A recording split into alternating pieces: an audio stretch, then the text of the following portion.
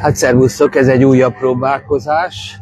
Talán most azt mutatja nekem, hogy erősebb az internet kapcsolat, átkapcsoltam egy másik internet szolgáltatóra, amit talán kevesebben használnak.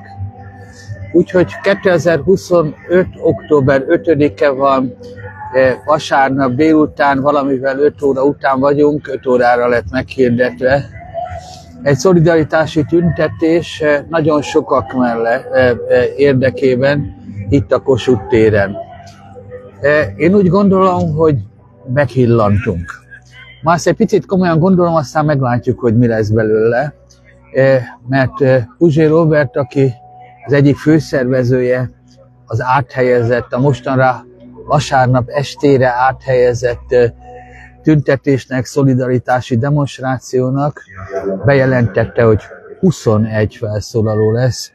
Ezt egészen biztosan nem fogom tenni, de eddig zene volt a gyülekezésre, és úgy látom, hogy most elindul. Úgyhogy én is fölállok itt a metroállomás mellől, átadom a képet, hogy körül tudjatok nézni, és akkor elindul. Aztán menet közben még néha-néha beszélgetünk. Örülök mindenkinek, hogy már közel 100-an itt vagytok, mert fontos, hogy itt legyetek. Fontosak persze ezek a demonstrációk, de majd elmondom, hogy mit tartanék igazán fontosnak, aminek már nagyon itt lenne az ideje, és amelyet, ha fölélednének az ellenzéki, demokratikus, rendszerváltó politikai erők, akkor azt hiszem, hogy Orbán Viktor már nem gyakorolná a hatalmat Magyarországon. Hát nézzük meg, induljunk el. Remélem, hogy az adással minden rendben lesz most már. Jelzzetek magatokra, és akkor hát úgy látom, hogy itt is jelzi, hogy nem túl gyors az internet kapcsolat, de egyelőre nem szakadt meg.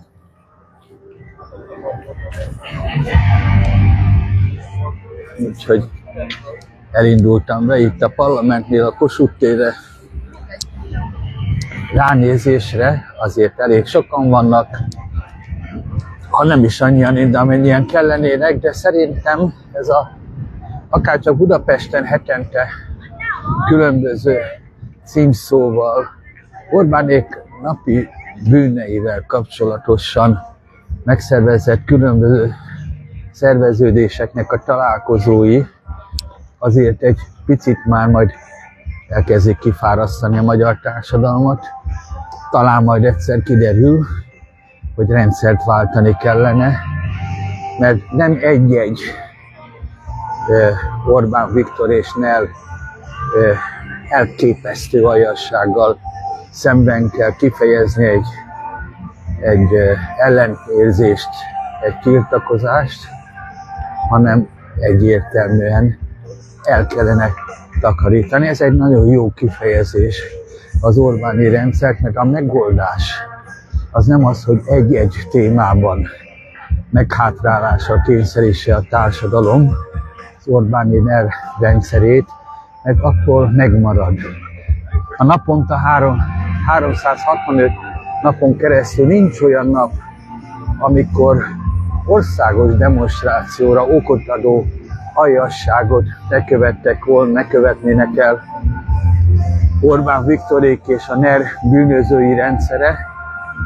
Gondoljátok meg, ha minden harmadikat sikerülne egy demonstrációval elérni, hogy abból egy kicsit meghátráljanak, megértsék, hogy nem félünk, akkor is évente 130 bűnt követnének el. Ezek az embereknek már nincs bocsánat.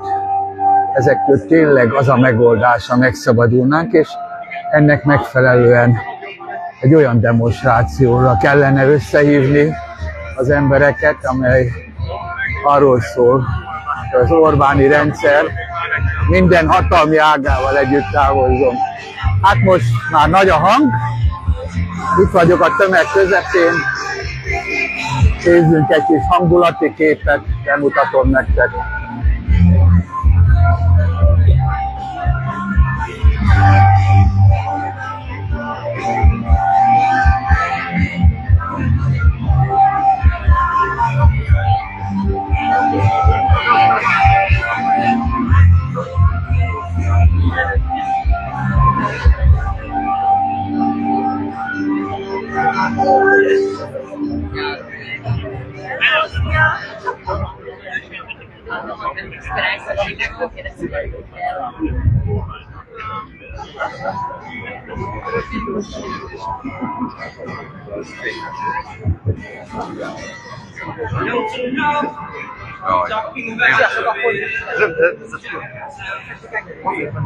Úgyhogy látható, hogy a téren nem fértünk el, már a túloldalon is teli van.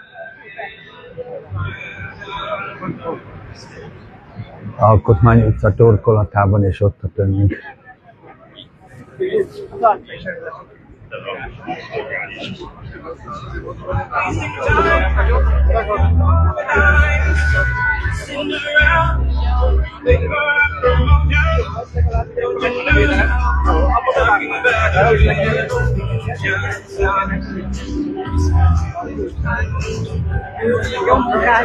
Köszönöm szépen!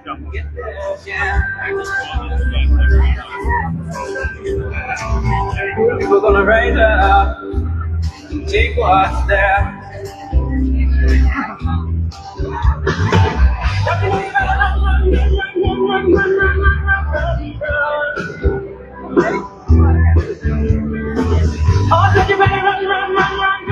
Jó napot kívánok!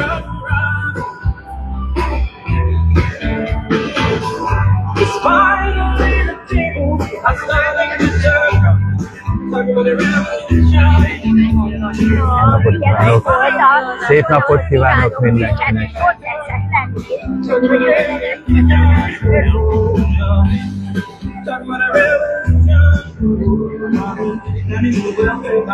Itt lent nem vagyok zavaró a képben, ugye?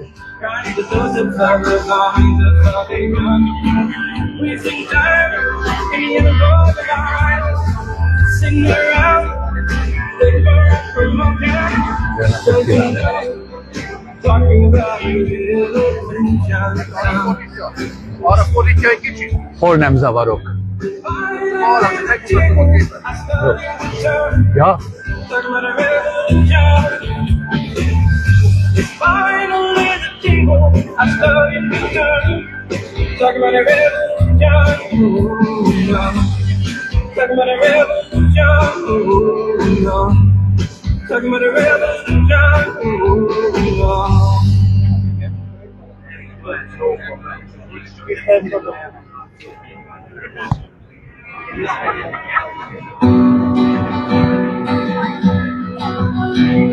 Soon as you're born, they make you feel small. Hát a kiírás szerint hamarosan kezdünk. By giving you no time instead of it all. Till the pain is Teljesen megtelt a Kossuth tér. Annak ellenére, hogy legalábbis az én felfogásommal a vasárnap este 5 óra kezdés az nem az igazi, hiszen hamarosan sötét lesz.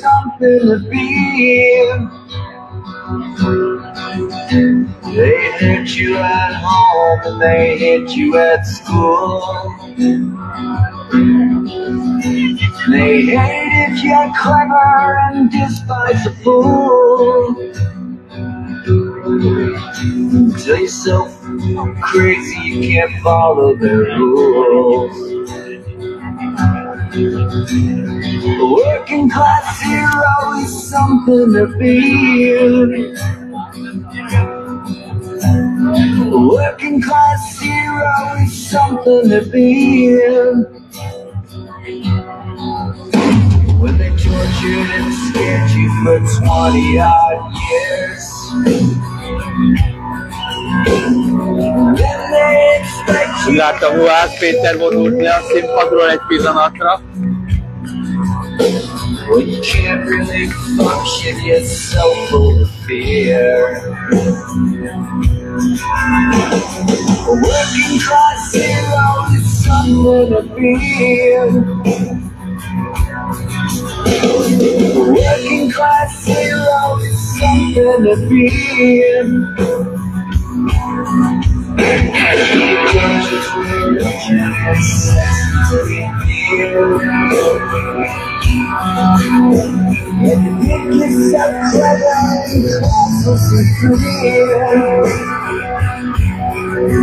Média megjelenés van rendelően. far as I can see. Working class hero is something to be in. Working class hero is something to be in.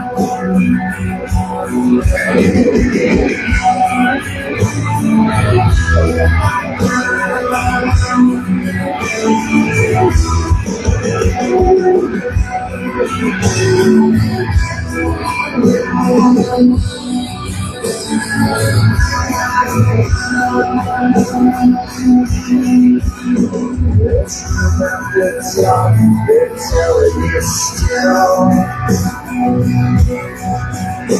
But bless you, must learn how to smile to count. If you wanna be like all the folks on the hill. Working class hero, something to be here. Working class hero, something to be here. Working class hero, something to be here. Working class hero, something to be here. Working class hero, something to be here. Working class hero, something to be here.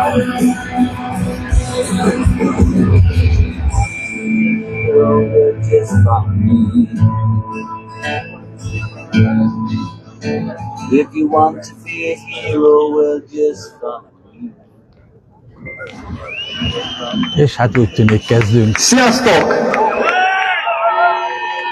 Nagyon sok szeretettel köszöntök mindenkit, és ez nem csak az a duma, ami ilyenkor el szokott hangzani, hanem tényleg szeretettel.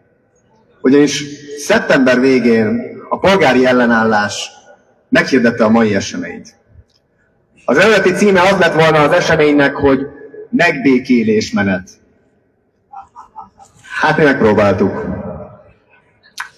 Megpróbáltuk, csak nagyon nehéz a megbékélésről beszélni úgy, hogy az egyik felszólaló társunkat megrédeli az otthonában az ügyészség, azzal a címszóval, hogy tanúnak idézik be egy olyan ügybe, amihez semmi köze nincsen.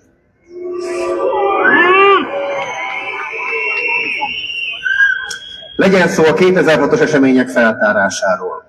Legyen szó K. Endre büntetéséről. Legyen szó arról, hogy a Matolcsi klán hogyan lapátolt ki milliárdokat az MNB-ből. Legyen szó akár arról, hogy a Főnő utcai javítóintézet volt igazgatója milyen ítéletet kap. Minden alkalommal a kormány megrántja a vállát, és azt mondja, hogy bocsánat, mi nekünk semmi közünk az igazságszolgáltatáshoz, hát mi csak a végrehajtó hatalom vagyunk történetesen, és ebben még igaza is lenne. Mindig ezt csinálja, kivéve akkor, amikor Juhász Péter csúnyákat mond róluk az interneten. Akkor hirtelen Kocsis Máté felhívja a telefonjával, vagy nem tudom kicsoda az ügyészséget, azok megindulnak a lapása felé, és majd úgy közben kitalálják, hogy mi a szart, és keresnek itt, igazából semmi értelme az egésznek, de az már úgy se érdekel senkit.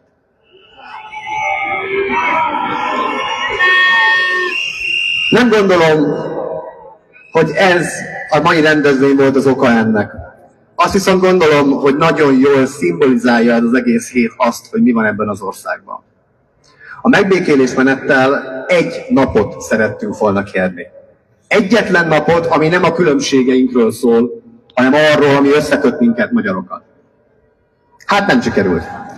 Sikerült kitalálni erre is valamit a kormánynak. Ugyanis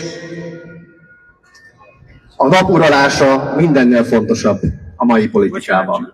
És semmi sem drága ezért cserébe. Hogy a megbékélést illeti, ne értse félre senki.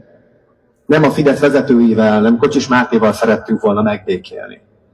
Ugyanis azokkal nem lehet megbékélni, akik hadat üzentek a saját hazájuknak.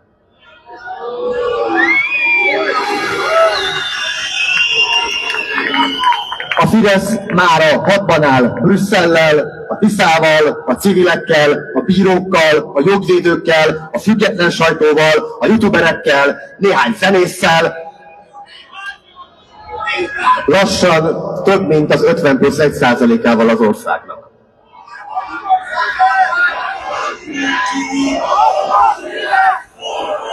De nekünk muszáj szolidárisnak lennünk azokkal, akik viszont a szavazói ennek a rendszernek is. A megbékélésnek ez lett volna a lényege. És ez továbbra is az, ami összetartja azt a nagyon színes gárdát, aki ma itt felszólalni jött. Ennek az akarata. Úgyhogy köszöntsétek is nagy szeretettel az este első felszólalóját. De még mielőtt őt felhívnám a színpadra, azt kérném tőletek, hogy ha tudtok, akkor innen az én jobbom felől, ahol a metróval érkeznek nagyon sokan, menjetek nyugodtan körbe balra, mert ott még van hely, itt már kevesebb, de nagyon hamar be fogjuk állni ezt az egész teret, úgyhogy teremtsünk helyet magunk mellett mindenkinek. A másik pedig az, hogy látjátok ezt a hatalmas infrastruktúrát, hát ezt nem a szél hordta össze, hanem vagy ti, vagy senki. Úgyhogy ha láttok adománydobozzal rendelkező önkénteseket, akkor szálljatok be a finanszírozásába ennek a rendezvénynek, ezt megköszönik a szervezők. Most pedig következzen az, aki ezt az egészet életre hívta, Puzsér Róbert!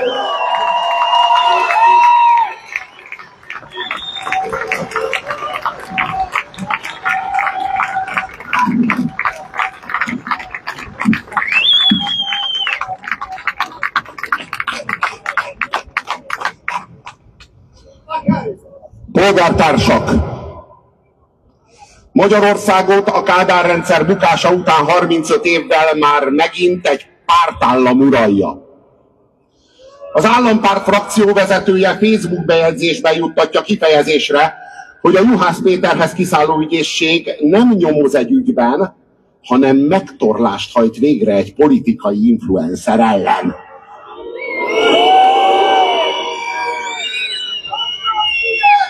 Miféle jogi kategória a megtorlás?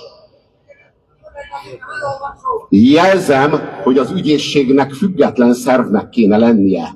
Kocsis Máté meg a Fidesz frakcióvezetője. Milyen ország ez?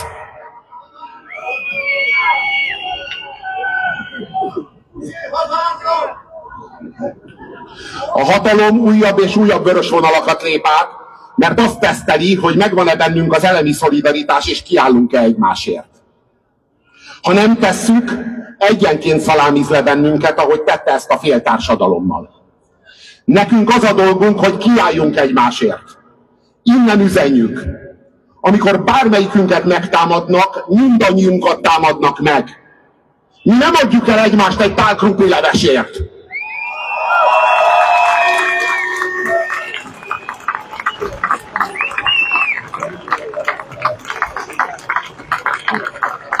Aki ma Juhász Péter, az holnap lehetsz te.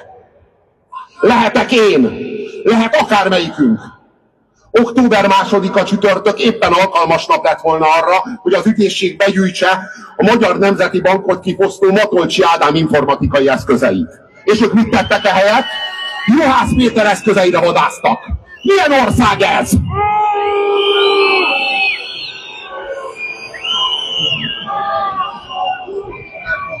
Október 2-a csütörtök éppen alkalmas nap lett volna arra, hogy az ügyészség gyermekmegrontókat üldözzön. Ők azonban inkább Juhász Péterhez szálltak ki, mert volt pofája beszélni a gyermekmegrontókról. Ez a politikai osztály csak a saját bőrét menti, mert egyedül annak van értéke a számára. A megrontott gyermekek csak akkor zavarják, ha velük hozzák őket összefüggésbe. Milyen ország ez?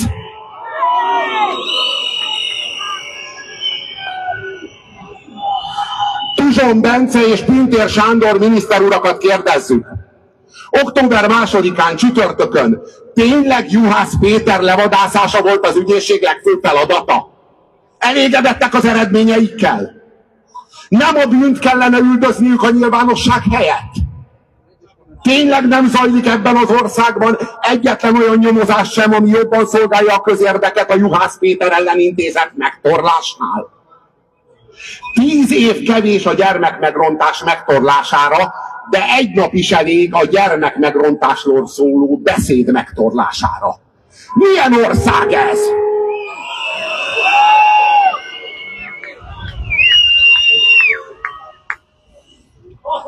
Hiszünk egy új korszak eljövetelében. Hiszünk egy olyan Magyarországban, ahol a hatalmi ágak nem járhatóak át egymásba, mint 4 összenyílt bálterem. Hiszünk egy olyan Magyarországban, ahol a hatóság igazságot szolgáltat a népnek, és nem jogot a legfőbb hűbér úrnak. Hiszünk egy olyan Magyarországban, ahol a hatalom fenyegetőzése bukást, és nem hatósági intézkedést okoz.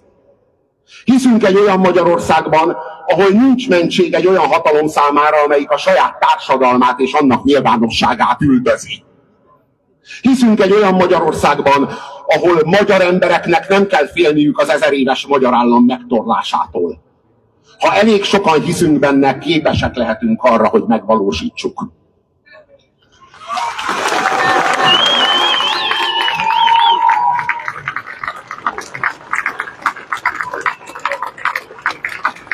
A Juhász Péter ellen zajló megtorlás újabb lépés a Moszkvába vezető úton. A hatalomgyakorlói még mindig nem értik, hogy Magyarországot nem vezethetik Szent István ellenében. Azok a magyarok, akik Moszkvával szövetkeztek, mind megbuktak. A Kombélák, a Rákosik, a Kádárok uralkodtak, fenyegettek, megtoroltak, és végül mind eltakarodtak. Nincs kivétel.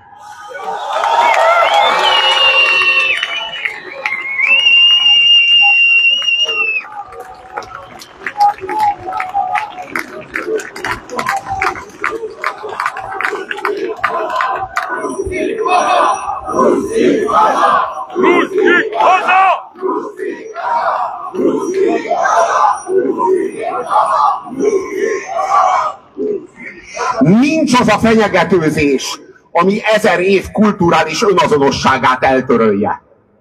1000 év kulturális önazonossága törli el azt, aki megpróbálja. Tartsatok ki, nincs már messze a tavasz, de mind kellünk ahhoz, hogy Magyarország megváltozzon. Köszönöm a figyelmet!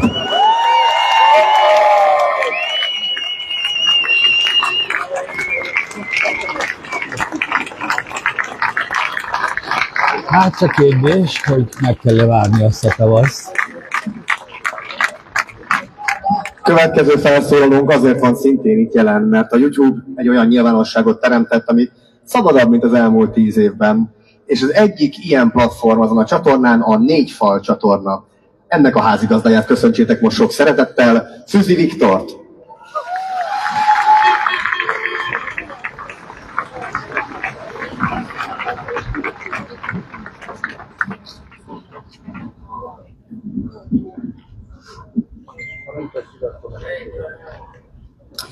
Minden veretes szónoklatnál többet mond, hogy már a megbékélés menetet terveztünk, és most mégis itt állunk. Itt állunk, mert a kormány immár sokatszor lengeti meg felénk a bunkós botját. És ha már így van, hát mi jövünk, hogy illedelmesen közöljük, dugják fel maguknak.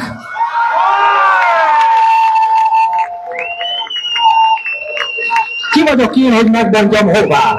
Testílás, ízlés szerint választható. Kezdem 3 alapvető megállapítással. 1. Az ártatlanság vélelme megilleti Semjén Zsoltot. 2. Ezt a vélelmet nagyban segítené, ha megtorlás helyett végre válaszokat kapnánk. 3. Azok a válaszok nem Juhász Péter lakásán keresendők.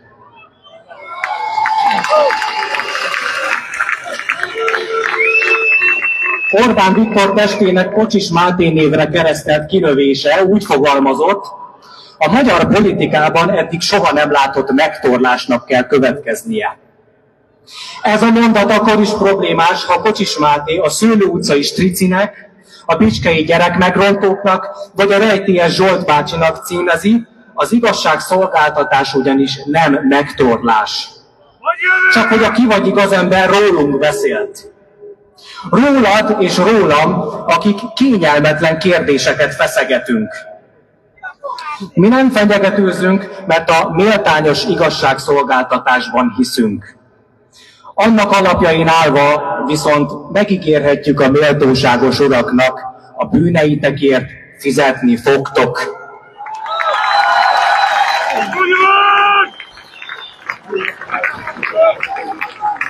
Szokás mondani, hogy egy társadalomról az árulja el a legtöbbet, ahogy az elesettekkel bánik. Hát mit árul el egy hatalomról, ha pedofil bűnözők írháját menti, miközben magasról szarik a rábízott állami gondozottakra? Mit árul el, ha egyes bűntények feltárására évtized is kevés, de ha túl kíváncsi vagy, már a jövő héten kiszáll hozzád az ügyészség? Orbán Viktort valami jól láthatóan aggasztja a Zsolt bácsizás kapcsán. Ami biztos, hogy Semjén Zsolt úgy rántotta magára a gyanút, mint éhenkórász macska az ünnepi terítéket. Talán csak ez nyomta meg Orbán Viktorban a pánik gombot, talán valami többről és valami sokkal sötétebbről van szó. Nem tudjuk. És okulva az Orbán rendszer 15 éves joggyakorlatából, a kegyelmi botrányt máig övező sunnyogásból nem is reméljük megtudni. Köszönjék maguknak a méltóságos urak a kommentfalakat elárasztó Zsolt bácsis konteókat, mert megnyugtató válaszok hiány csak ennyi marad, a sejtések meg a találgatás. És velük a döbbent rácsodálkozás. Hogy jutottunk idáig? Beismerjük vagy sem, de a lelkünk mélyén tudjuk, hogy közünk van ahhoz, ami történik velünk. Hogy hagytuk megtörténni, vagy ami rosszabb, asszisztáltunk hozzá. És ez az a pont, ahol a ma elmaradt megbékélés menet és a jelen demonstráció összeérnek. Mert amikor azt kérdezzük, hogy lettünk a következmény nélküliség mintaországa, akkor a válasz nemzeti szocializmus. Nem hallottátok félre, megismétlem, szocializmus. A nemzeti szocializmus annak idején egy jópofa mém volt, amely a nemzet diktátorának patológiás stadionépítő hajlamát figurázta ki. Ebben a mémben viszont sokkal több van. 2 szóban fejezi ki a magyar társadalmat sújtó és szép lassan felszámoló politikai tragikomédiát. Nemzeti szocializmus, avagy pártot úgy választunk, ahogy futballklubot. Eltévedt focidrukkerek vagyunk, akik meccs helyett szavazni járnak. Abból is a rosszabb fajta. A mi játékosunkat akkor se fair kiállítani, ha betört 2 orrot, meg levert egy vesét. A párt hovatartozással szemben mifelénk se jobb, se baloldali értékek, se az egyetemes erkölcs nem állja ki a próbát. Semmi se számít, csak mi győzzünk és vesszen a másik. De miféle győzelem ez? Olyanféle, amit a szolga az úrnak, a bárány a farkasnak a tenyerébe csapva ünnepel.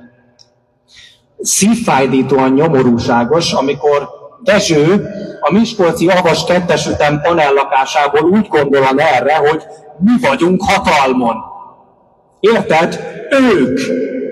Orbán Viktor, Rogán Antal, Lázár János és Dezső. Mit is lovagoljunk a részleteken? Dezsőnek 53 négyzetméter az avasi lakótelepen, Orbán Viktornak 6760 pusztán. Irigykedni nem szép dolog. Habár az Dezsőt is érdekelné, hogy a büdös kommunista Sanyi szomszédnak miből futotta egy vadi új, csillivilli, full extrás Daciára. És még neki jár a pofája, hogy az Orbán család gazdagodik. Ez a nemtelen sport, a nemzeti szocializmus minden bajunk forrása. Ez teremti újra rendszerről rendszerre a közgyűlölet fullasztó légkörét, ebből következik a rutinszerű kettős mérce használat, és ebből születik végül egy ország, ahol a kimondott szónak semmi súlya, a tettnek pedig semmi következménye.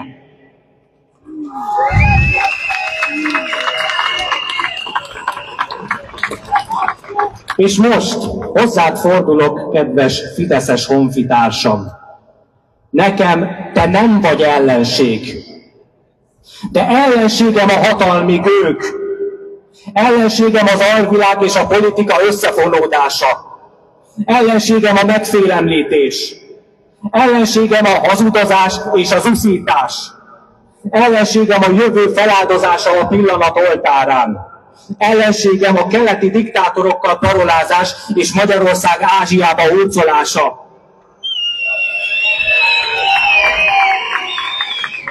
Ellenségem a közvagyon széthordása és a luxusjavakkal való pénzes proli hivalkodás. Ellenségem az elesettekkel, a kiszolgáltatottakkal szembeni pszichopátiás közöny. És ellenségem a mosték cinizmus, hogy a szegénység érdeklődés hiányában elmaradt. Leszarom, hogy ezeket jobbos vagy balos lózungokkal létesítik-e, hogy jobban csúszanak a torkomon. Kiköpöm őket, mert a köpőcsészében a helyük. És amíg ezeket nem tudjuk közösen és következetesen elutasítani, addig hol az egyik, hol a másik oldal fog kihasználni, addig hol egyik, hol másik oldal fog visszaélni azzal, hogy mondjuk ki, balekok vagyunk. Balekok, mert nincs jobb szó egy népre, amitől egy békés, fennmaradni és gyarapodni képes hazát vesznek el, fizetségül pedig egybites világmagyarázatokat, meg hideg polgárháborút kap. Nincs szánakoztatóbb annál, mint amikor bárányok ölik egymást, hogy farkasok kedvében járjanak. Bármennyire ellenszenves a veled politikailag szemben álló szomszéd, sógor vagy vécés néni, jó, ha tudod, csak is egymásra számíthattok. Mert amíg ti nem találtok közös hangot, addig mindketten a sérelmeiteken élősködő politikus gazemberek szabad prédái vagytok. Meg kell végre tanulnunk jobban akarni a közös jót, mint egymásnak a rosszat, mert vagy együtt boldogulunk, vagy sehogy se. A 20. század sérelmei mögöttünk, a 21. század kihívásai viszont előttünk. A kérdést mindenki felteheti magának. Tartozunk-e nagyapáinknak a dédunokáik megnyomorításával? És tartozunk-e a politikai elitnek azzal, hogy soha napján leszünk egy nemzet? Ahová mára süllyedtünk, oda nagyrészt a polgári öntudat és a civil kurázsi hiánya juttatott. Nem véletlen, hogy nem ünnepeljük 1989-et, hiszen semmi közünk nem volt hozzá. Ezért fontos előre is tekintenünk. Nem hagyhatunk még egy rendszerváltást a fejünk felett megtörténni. Nem kényelmesedhetünk bele abba, hogy majd Magyar Péter csinálja, ahogy tudja. Nem mantrázhatjuk többé, hogy a politika a politikusokra tartozik, mert a politika nem egy szakma, hanem az életünket meghatározó kérdések fóruma. Hát, tökéletes volt a beszéd eddig, ez viszont történelem hamis. Ha mi nem szólunk hozzá, ha ti nem szóltok hozzá, ha nem diktálunk normákat a politikának, akkor a politikusok elszabadulnak, és a fejünkre nőnek. Nem lehetünk ugyanúgy kritikátlanul tiszások, ahogy előtte kritikátlanul fideszesek, vagy épp MSZP-sek voltunk. Ha csak a Fidesz cseréljük Tiszára, de mi maradunk ugyanazok, akkor a most magasba emelt transzparenseket gondosan tegyük el. 20 év múlva szedhetjük őket elő, és elég lesz a neveket átírni.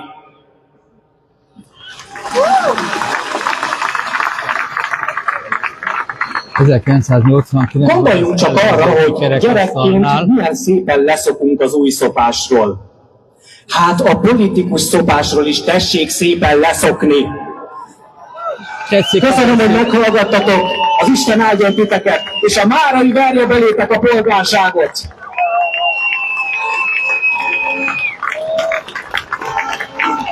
Nagyon jó beszéd lett volna, ha az egy történelem hamisítás nincs ott, de azért az nagyon durva volt.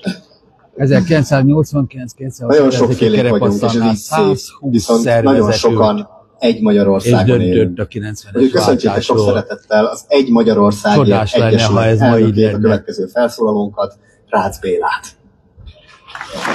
Csodás lenne, ha ma 120 civil szervezet és politikai párt együtt dönteni el, hogy hogyan kell Orbántól megszabadulni. Barátaim, testvéreim, Rácz Béla vagyok, magyar, roma és 2 gyönyörű gyermek édesapja. Sziasztok!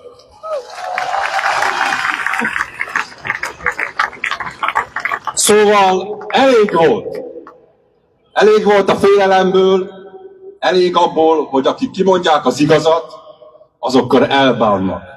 Megfélemlítik, megbüntetik őket. Mi nem félni jöttünk ma ide, hanem kiállni egymásért, az igazságért, a szabadságért.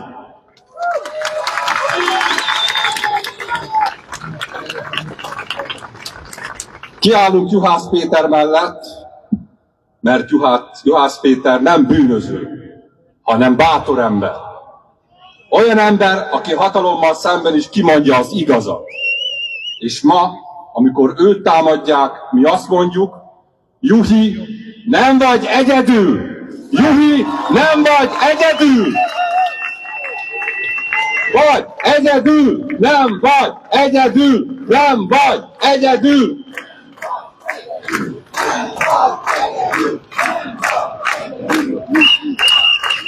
Ha egy igaz embert elnémítanak, akkor azt holnap bármelyikünkkel megtehetik. De mi nem hallgatunk. Nem hátrálunk, nem félünk. Félünk? Nem félünk! Nem félünk! Nem félünk! Éljen a haza! És Juhinak igaza van. Nem csak érte vagyunk itt. Egy társadalom abban mérettetik meg, hogy hogyan bánik a legelesettebb tagjaival. A nőkkel, a nagycsaládokkal, a csonka családokkal, a hajléktalanokkal, az idősekkel, a romákkal, a szegényekkel, az LMBTQ közösség tagjaival, és igen, a gyermekekkel.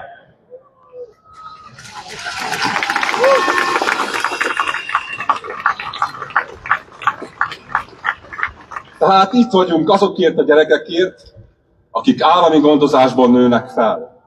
Szeretet nélkül, esély nélkül. Akiket egy egész rendszer bántalmaz, pusztít, megaláz, és elveszi a jövőjüket.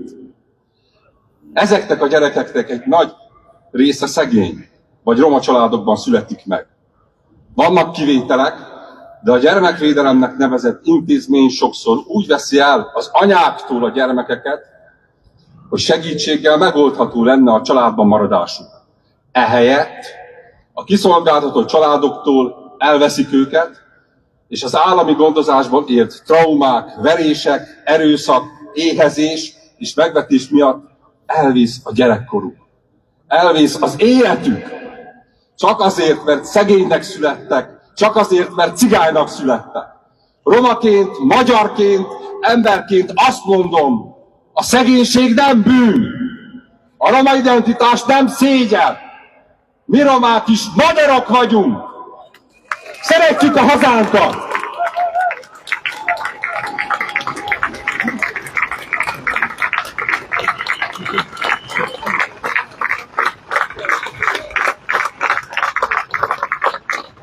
Az állami gondozott gyerekek nem tárgyak.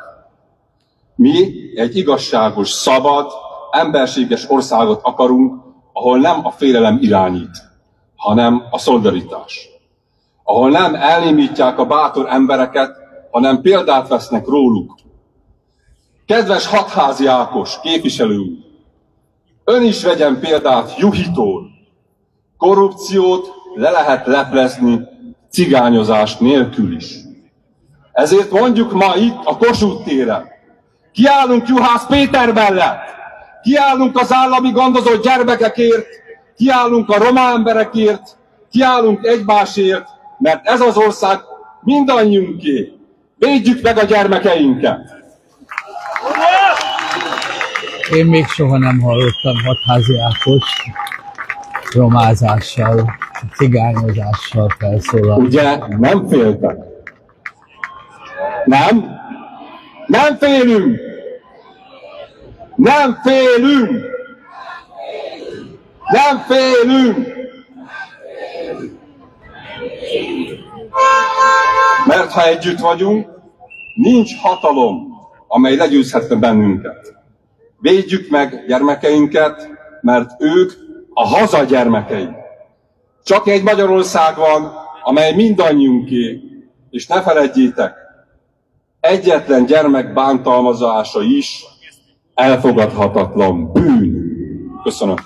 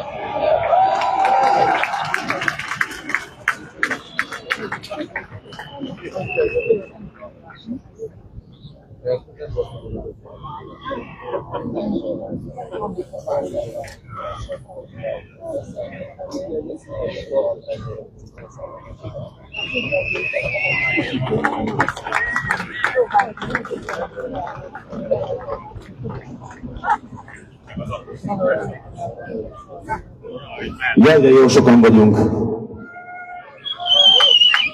Jó Isten áldjon beleteket. Köszönöm, hogy itt vagytok. Egy nagyon picit beszélek, aztán meg azt gondoltam, hogy egy picit játszom is. Sekkel barátommal.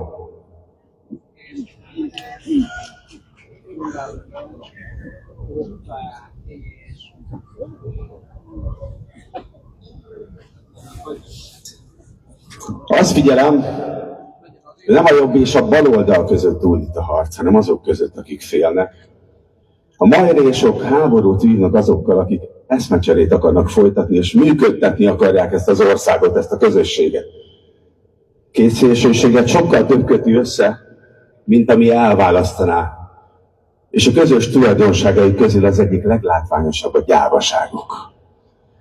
Mivel félnek minden másmilyentől, bármit elkövetnek azért, hogy a szólás és véleménynyilvánítás szabadságát gáncsolhassák. Aki fél, az nem csak a saját életét mérgezi meg, hanem a környezetéjét is. Aki fél, az pusztítani akar, ezért akarják, hogy pusztítsunk. Egy olyan érték és szokásrend, amiben jelenleg Magyarország működik, csúcsra járatta azt a kontraszelekciót, aminek következményeként a legtöbb felelős pozícióban már csak értéksemleges csinovnyikok ülnek. Valamilyenektől ugyanis tart a hatalom. Lehet, hogy joggal. Semmilyen emberek még több félelmet óhajtanak, ezért lelkesen ülelnek kedvükre.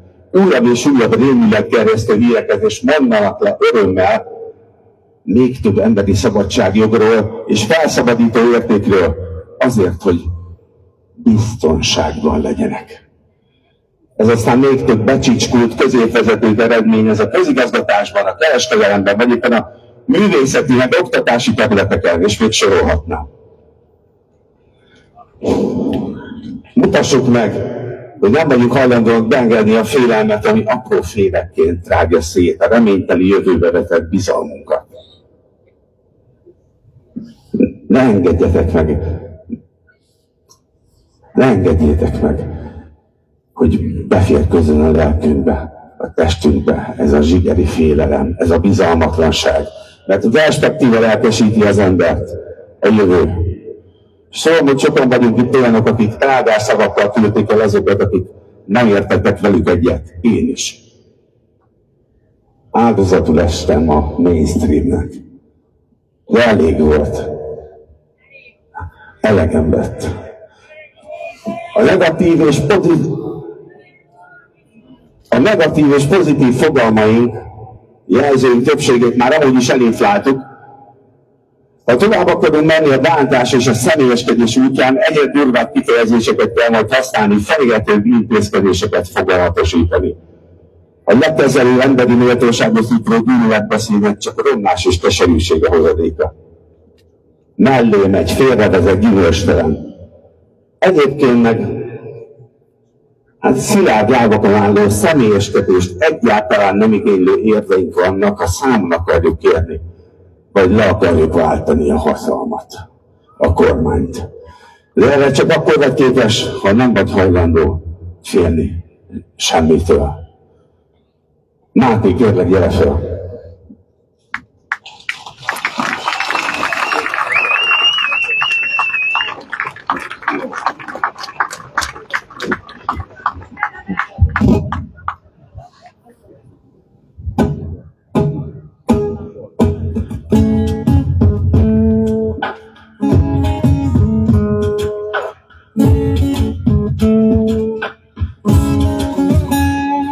Tudjátok, nem kenyerem a félelem, de úgy, mint nektek is egy helyben topog az életem. Kitörni ötletekkel, eljönni merek, kinevetik, igazán is sok ki vagyok itt. Az, aki nem fél, hely sokadalom, kevés ötletem, mert minek, kinek, miről tumáljak folyton, de úgy meg csicskanítogató hangulatban vagyok, maradok ki, az, aki nem fél. Bizony fél, mikor a lét fél. Kapod a félét, gyerek a brét, bizony félét, mikor a lét fél. Kapod a félét, csak veled, elfakad a tisztelet. Hiába várom azt, hogy te is, ő is, ez is, az is elköveti, értitek, értem. Érted? Csak magadnak vagy fontos, jobban nem félsz. Bizony félét, mikor a lét fél, kapod a félét, gyere a brét, bizony félét, mikor a lét fél, kapod a félét. Csak velem, ki kezdte el, kit érdekel, ki kezdte el. Nem érdekel, ki kezdte el, csak a szütem ne veszem el. Kit érdekel, ki kezdte el, kit érdekel. Nem érdekel, ki kezdte el, csak a szütem ne veszem el. Bizony félét, mikor a létsz fél, kapod a félét, veled a brét. Bizony félét, mikor a lét fél, kapod a félét. Csak veled. Köszönjük, mit mondjuk, Máté? Sekel. Én Cukor Zoltán voltam, ölelek benneteket. Sziasztok!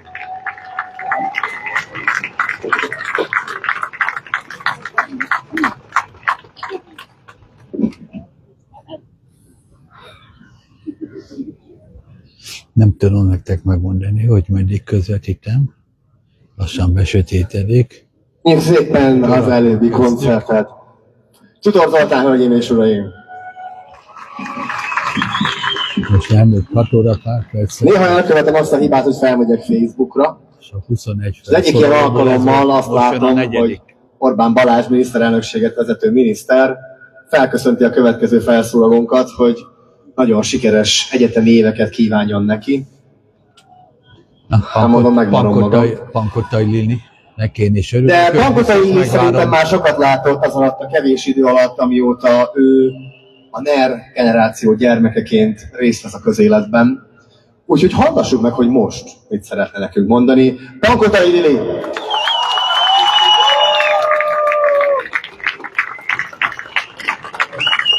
Most szeptemberben kezdte a Közszolgálati Egyetemet. Én nagyon kedvelem, még akkor is a fiatalon néha egy picit félre megy a mondása. 2002, 2005, 2009, 2015 és 2016. Ezek azok az évek, amikor bejelentés vagy feljelentés történt Juhász Péter Pállal szemben. Mindeközben a Fidesz többszörösen kitüntette a bántalmazót, majd kirúgták a feljelentőket. Továbbá a Fidesz politikusa figyelmeztetések ellenére is igazgatói pozícióba helyezte Juhász Péter Pált. Orbán Viktor azt merte mondani a Harcosok órája című közpénzből kitömött propagandaműsorban, hogy aki nem való a gyermekvédelembe, azt azonnal kidobják, és hogy nem igaz, hogy késlekednek, mert ők azonnal megvédenek minden gyermeket. 2002, 2005, 2009, 2015 és 2016. 23 év hallgatás, eltusolás és hazudozás. Orbán Viktornak ezt jelenti az azonnal.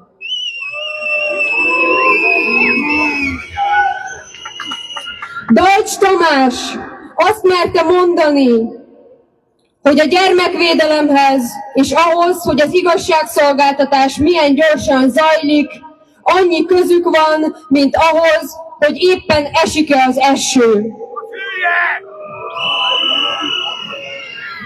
Deák Dániel, az első számú propagandaharcos pedig a velem való vitában érvként merte használni azt, hogy a gyerekek van, hogy hazudnak. Azok a gyerekek, akik naponta 1500 forintból vannak étkeztetve. Azok a gyerekek, ahol az otthonban az idősebbek másfél éves gyereket vágnak a falhoz, mert dolgozói hiány miatt össze kellett vonni őket. Azok a gyerekek, akiknek a nagy részük most is szökésben van. Azok a gyerekek, akiknek a 40%-uk hajléktalan lesz, és nagy részük prostituál. Ezek a gyerekek hazudnak, Dániel? Vagy esetleg Orbán Viktor gyerekei? Akik másfél milliós kabátban, több 10 milliós táskával, 100 milliós autókkal és több 100 milliárdos kastélyokban tengetik a napjaikat. Melyik gyerekekre gondoltál, Dani?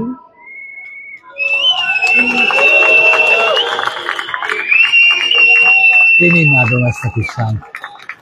És Viktor, 1998-ban, mikor először lettél miniszterelnök, minden családhoz kiküldted a költségvetést, és úgy hivatkoztál rá, hogy íme a család pénztárcája.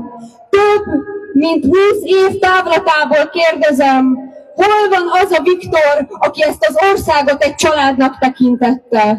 Mert én most egy családot látok, és egy család gyerekeit, és az a tiéd.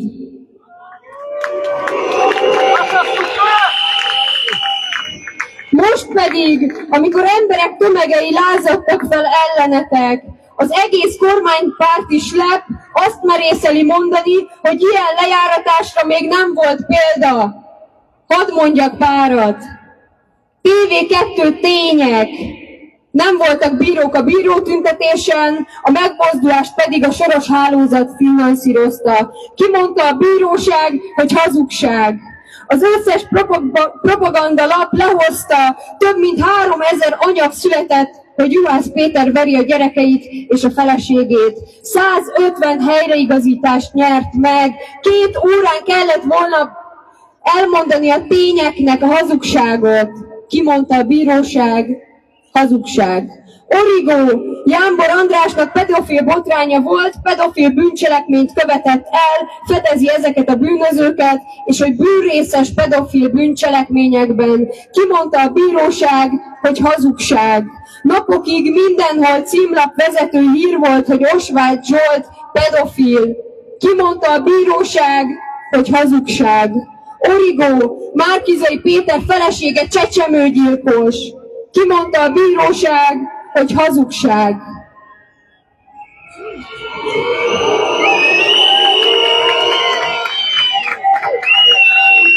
Semjénnek pedig csak 2 dolgot üzennék.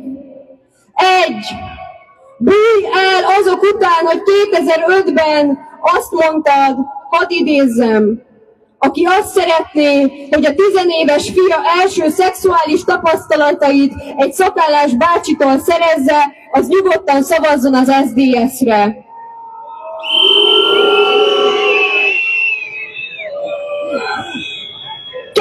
2. Semjén úr, úgy Belzebúboz miniszterelnök helyettesként, hogy tud, Belzebúb a sátán utáni második démon.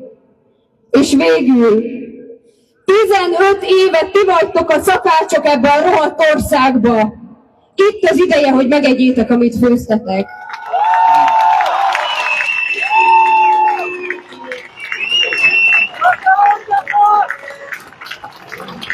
Mint mondtam, én nagyon kedvelem ezt a kislányt.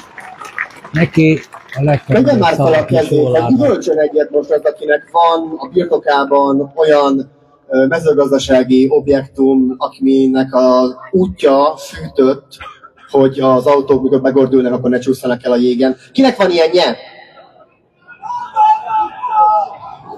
Na jó, akkor most az üvölcsön, akinek van 2 úszóbedencéje ezen a mezőgazdasági objektumon.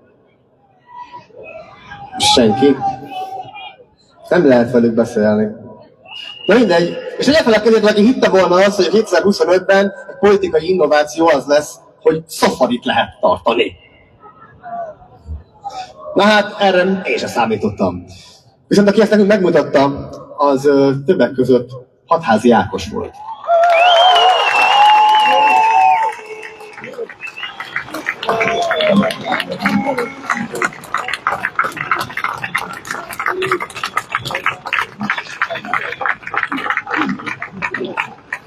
Köszönöm szépen, kedves honfitársaim! Rólam azt szokták mondani, hogy pesszimista vagyok. Ezért meglepetésként most szeretnék egy jó hírrel kezdeni. Emlékszünk arra, amikor még legutóbb hasonló körben, nagyjából ugyanezekkel az emberekkel, ugyan önökkel itt tüntettünk, szerveztük a tüntetést, az úgynevezett átláthatósági törvény záró szavazásának napjára akartuk szervezni. De akkor kiderült, hogy azt a szavazást elhalasztották. És az a nagy helyzet, hogy a mocskos tervezet azóta sem került a parlament napirendjére. Most ősszel sem. Eltűnt, elpárolgott. A hozzám eljutott hírek szerint ez így is marad, és ez csattanós válasz azoknak, akik szerint erre a hatalomra nem lehet nyomást gyakorolni, vagy akik szerint a szabadságunkért nem érdemes kiállni. Mi tudjuk jól, ha tavasszal hallgattunk volna az okos elemzőkre, meg a politikusokra, és csendben maradtunk volna, akkor már régen életbe lépett volna ez az aljas törvény is. Véssük ezt eszünkbe, mert erre a tudásra és tapasztalatra hamarosan megint szükség lehet, ahogyan eddig is nagyon nagy szükség lett volna rá. Az elmúlt napok történéseinek legfontosabb motívuma ugyanis az, hogy a hatalom már nem is tagadja, hanem nyíltan és büszkén az arcunkba pöfögi, az arcunkba ordítja, hogy megtorlásra utasítja az őt elvtelenül kiszolgáló ügyészséget.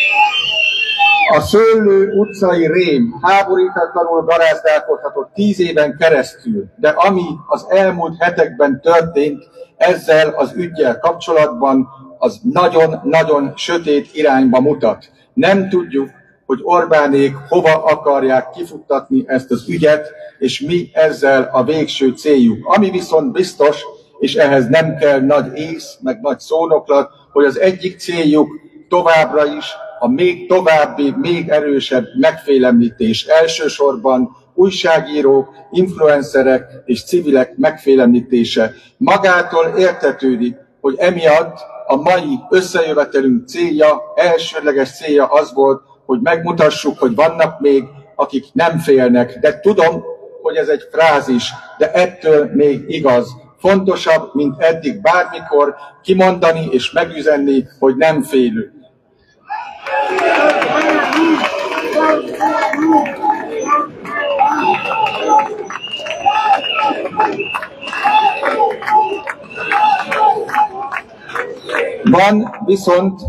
Van egy ennél fontosabb dolog.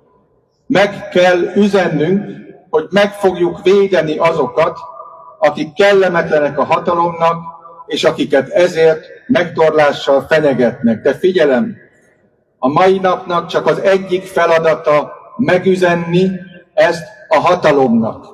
A másik feladat megfogadni saját magunknak. Mert sajnos emlékeznünk kell a kudarcainkra. Itt jön ki a pessimista hatházi. Nem védtük meg a CEU-t. Nem védtük meg a szabad színművészetit. Nem védtük meg, pedig megvédhettük volna a kirúgott tanárokat, a műemlékvédelmi szakembereket, és ami talán a legszomorúbb, nem védtük meg Iványi Gábort sem.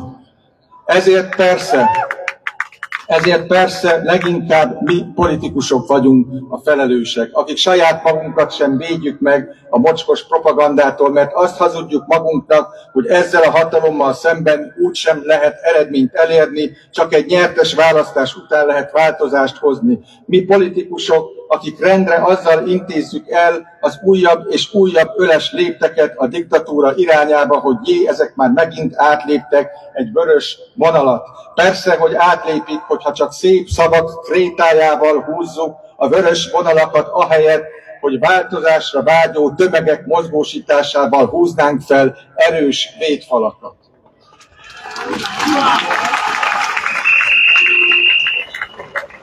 A mai felszólalók között szerencsére csak én vagyok politikus. Hatalmas dolog, hogy komoly emberek hosszú sora szólal fel újra a szabadság és a demokrácia mellett. Viszont óva kell őket intenem attól, hogy elkövessék azokat a hibákat, amiket az eddigi ellenzék elkövetett. Óva intem őket attól, hogy továbbra is csak panaszkodjunk a vörös vonalak miatt. Mögöttem a polgári ellenállás szlogenje látható, és ez nagyon jól van így. De mindannyiunknak tudni kell, nagyon közel állunk ahhoz, lehet, hogy már el is hagytuk azt a pillanatot, amikor a polgári ellenállás kevés, és polgári engedetlenségre van szükség.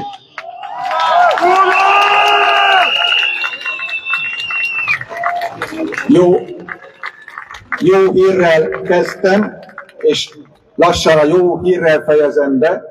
A ma felszólalók közül erről többekkel beszéltem, és legtöbben ezzel egyetértettek. Kedves, ez egy nagyon fontos, ez a legjobb hír szerintem. Kedves honfitársaim, ennek a demokráciának az eredeti címe az lett volna, hogy megbékélés menete, és aztán a Fidesz finoman jelezte, hogy nekik ugyan eszük ágába sincsen megbékélni, mert az ő lételemük a hideg polgárháború, a gyűlölet és a félelemkeltés. Az elmúlt hét történései alapján azt kell mondanom, hogy békéljen meg a Fidesz KDNP-vel a tambovi farkas. Velük egyszerűen nem lehet.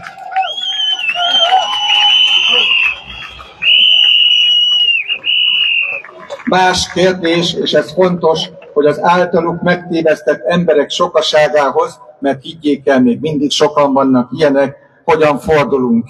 Megértés, türelem kell ehhez, mert a megtévesztettségük nem csak az ő hibájuk, ők is áldozatai a rendszernek. A velük való megbékélésnek lesz helye és ideje, ha egyszer véget ér ez a rendszer, sőt előbb is meg kell próbálni. Csak hogy ez a rendszer magától nem fog elmúlni, Orbán és hűbéresei nem fogják feladni, az elmúlt hetekben is megmutatták, hogy a hatalom megtartása érdekében mindenre képesek. Nem lesz vége, ha nincs valódi ellenállás.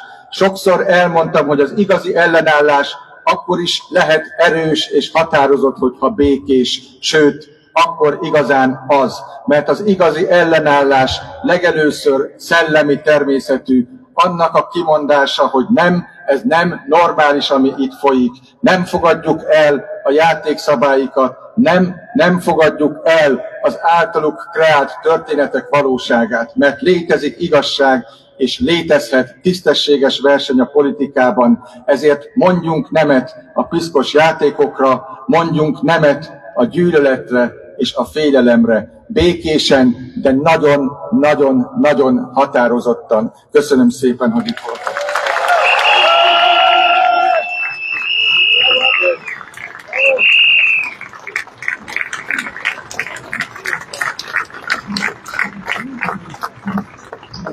Ne felejtsük el, hogy magyarság nem csak az ország határain belül van, hanem a régi ország határ területén is, illetve hát egyre többen mennek külföldre.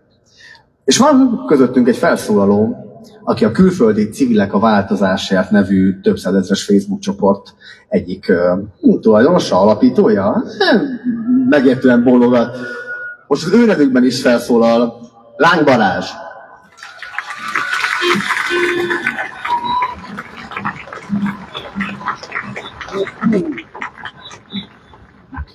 Sziasztok!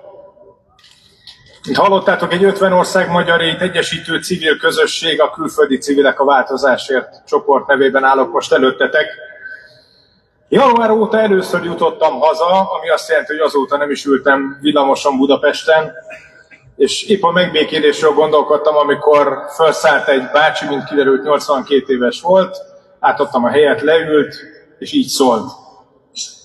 Most mondja meg, mit szól ez a Petikéhez, meg a vezérkari főnökhöz? Ezek megakadályozták, hogy megkapjuk a milliárdokat vasútfejlesztésre. Az én időmben az ilyen hazárulóknak statárium járt, meg golyó. Ott helyben. Kultúrsok. Szóval Isten látja lelkem, amikor Robiék megkerestek, én még javában a megbékélésre hangolódtam, csak hogy a mi megbékélésünkre most nem mindenki tart igényt. Pláne nem akkor, amikor a megbékélésre a hatalom megtorlással válaszol. Nem azért vagyok itt, hogy bárkit is pedofíliával vádoljak. Viszont Gyuhihoz hasonlóan én is kaptam bőven a fideszes propagandától, hívtak baloldali kampánygurúnak, meg egy csomó minden másnak is, ezek mind leperegtek rólam, hiszen Angliában élek. Azt viszont bevallom, nagyon zokon vettem, amikor a Kossuth téren éppen itt bicikliző 15 éves fiam fotóját lelopták a Facebookomról, és a propaganda híradókban mutogatták. Mi ez, ha nem politikai pedofília?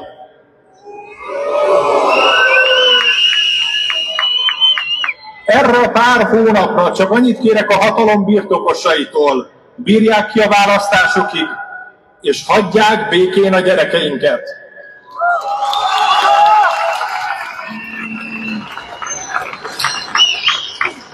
És most engedjétek meg, hogy beemeljek egy témát, picit elrugaszkodjak Juhitól. A legutóbbi polgári ellenálláson a külföldi civilek, talán emlékeztek rá, egy békés videóban üzentek Súlyog Tamásnak, több szavazóhelyiséget követelve. Akkor a világ számos pontjáról levélben kértük az elnököt, hogy tegyen meg mindent a diaszpórában élő magyarok egyenlő szavazási feltételeiért. Azt kértük, segítsen nekünk felszámolni a jogfosztottságot.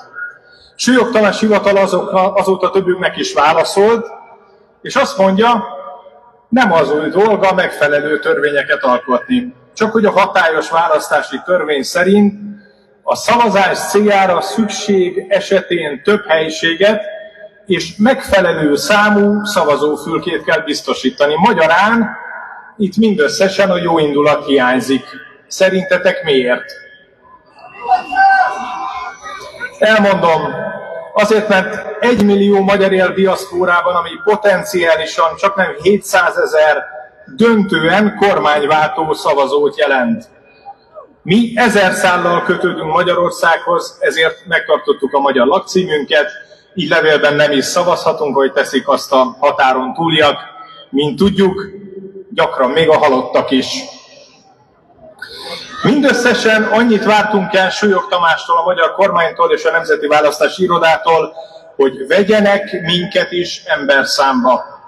Ha már szégyenszemre nem szavazhatunk online, és nem szavazhatunk levélben sem, hogy teszik azt a határon túliak, akkor legalább ne kelljen 8-10 órát utaznunk a saját költségünkön egy szavazóhelyiségig teljesen alkotmányellenesen. Gondoljatok bele, az a magyar, aki mondjuk Kirunában, Észak-Svédországban lakik, 2x15 órát autózik Stockholmig azért, hogy leválthassa ezt a korrupt bandát. Az Egyesült Királyságban élő csaknem 200 000 magyar összesen 3 egymástól távol eső helyen szavazhat, miközben a románoknak vagy a bolgároknak több mint 100 szavazóhelységet biztosít a kormányuk. Csodálkoztok, hogy a szavazásra jogosultak kevesebb, mint 10%-a vesz részt a választáson, vagy Svédországban 4%-nyian. A legutóbbi választásokon 147 szavazóhelyiséget biztosítottak a diaszpórában élő magyaroknak az egész világon, 147-et. Miközben, kapaszkodjatok, a románok csak Olaszországban 159 helyen szavazhattak. Ez lenne a megbékélés? Ez maga a megtorlás. Nagy kár, hogy az ügyünk politikai képviselet nélkül maradt Magyarországon. Ha sem a kormány, sem az ellenzék ennyire nem érti, hogy ez a 700 000 szavazó a változás aranytartaléka, akkor nekünk, civileknek kell a saját ügyünk élére állni és harcolni az egyenlő választási feltételekért. Tévedés azt képzelni, hogy a diaszpórában élők mind hazautaznak a választás napján, ez illúzió. Nekünk már rohadtul elegünk van abból, hogy ciklusokon átívelően nem tekintenek minket a magyar nemzet részének, pedig a GDP 3%-át máig mi küldjük haza. Még nem késő nyomást helyezni a Nemzeti Választási Irodára és a kormányra, és ha a politikai elit képtelen felismerni a saját érdekeit, akkor nekünk, változást akaró civileknek, vagy ha tetszik, polgároknak kell ezt kiharcolnunk. Hajrá Juhi, hajrá polgári ellenállás! Köszönöm, hogy meghallgattatok! Nem tudom megmondani, hogy hány kurzomban, hány előadásomban adtam ezt elő, és üzentem meg akár a DK-nak, akár a Tisza Pártnak, hogy ez több 100 000 szavazatot hozna. Számomra megmagyarázhatatlan, hogy meg se próbálják.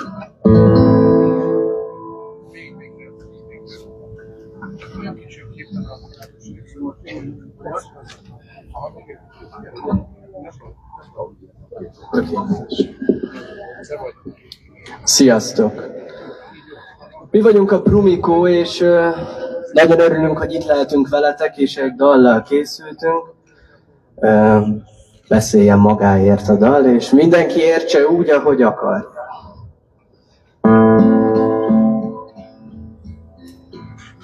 Mert málik. Ez málik szét.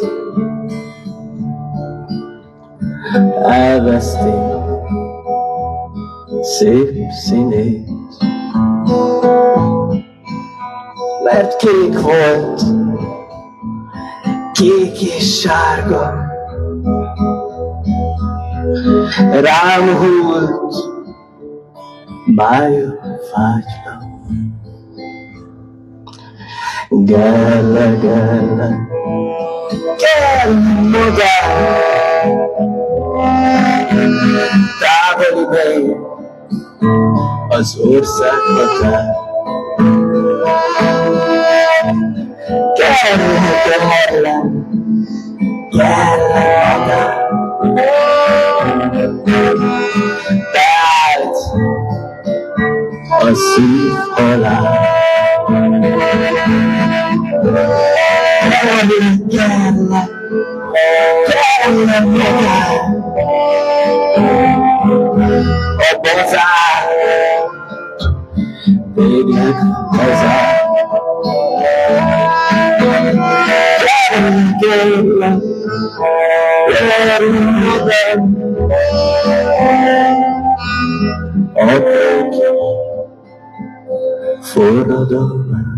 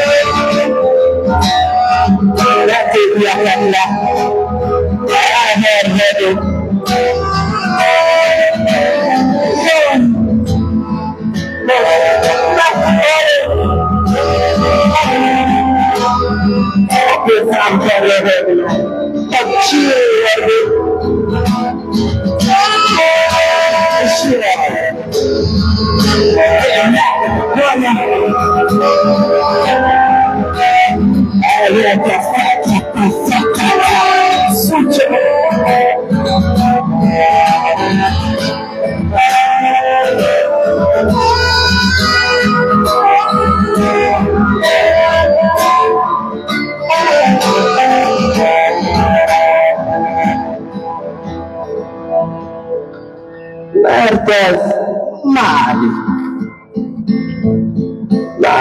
szét. Elveszni közpénz jellegét,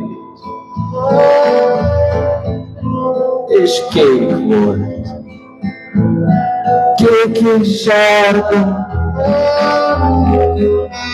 jaj, de drága lesz az autópálya, és gerle magát. Nem kell ide több forradalmat, és jaj, meghalok. Kérlek titeket, ne bántsatok. Köszi szépen! Vigyázzatok magatokra, egymásra és a gyerekekre. Köszi!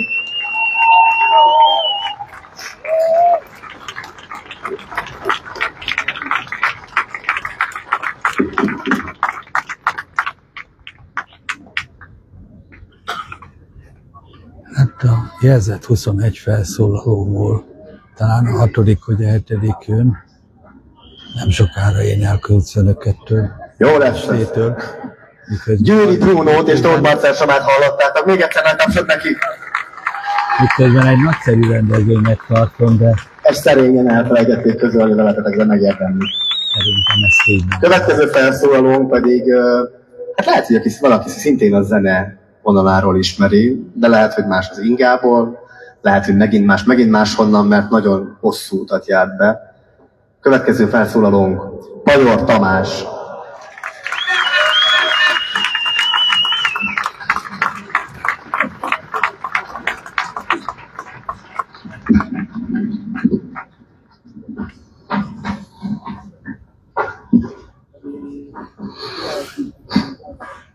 Engedjétek hozzám jönni a gyermekeket, mondta Jézus.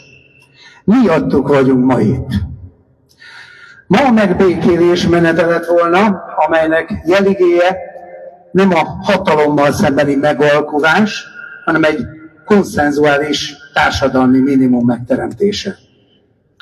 Ezt írta felül az állampárt drasztikus razziája Juhász Péternél. Azért jöttünk, hogy emelt fővel, nem gyűlölködve, de kőkeményen megüzenjük a hatalomnak, hogy nem félünk. Nem mi félünk, hanem ők. Nekünk nincs miért, nekik van. A zsarnokok úszodájában azért nőnek a hullámok, mert szűkül a medence keresztmetszete. A Sztálin-Beria Rákosi Gerő szellemiségnek ma is vannak szinkron hangjai, akik a rettegtetés pallósán suhogtatják. Ezért én ma tűzoltó leszek, és katona, és vadakat terelő juhász. Ma Juhász Péter, holnap bármelyikünk. Így hát a megbékélés nem a hatalomnak szóló üzenet. A megbékélés a kultúrában, a beszélő viszony neuronhálózatain keresztül kell megszületnie. Ennek bölcsője pedig a lelkiismeret, az ember epicentruma. Sokunk számára pedig a középpont az ellenségeiért is az életét adó messiás, aki magához szólította a legkisebbeket is. A gyermekek ügye az egyik közös nyugvópontunk. A gyermek a felelősségmentes szabadság szimbóluma, akinek egyetlen feladata a legnemesebb emberi tevékenység, a játék.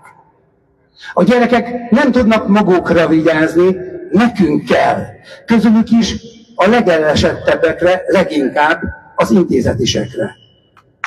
Az állam, mint az élet védelmével megbízott szerv, súlyos kötelességszegésben van, ha például hagyja ezeket a kiszolgáltatottakat. Különösen igaz ez, ha az államot tartósan elfoglaló kormányzat a keresztény jelzővel címkézi fel magát. Ez a szóhasználat szinte szükségképpen félrevezető.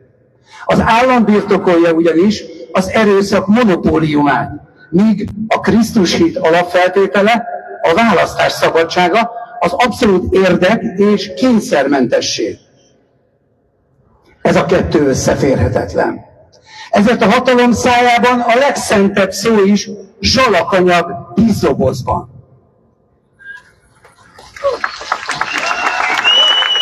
Mi már nem hasznosítjuk ezt a csomagolópapírt.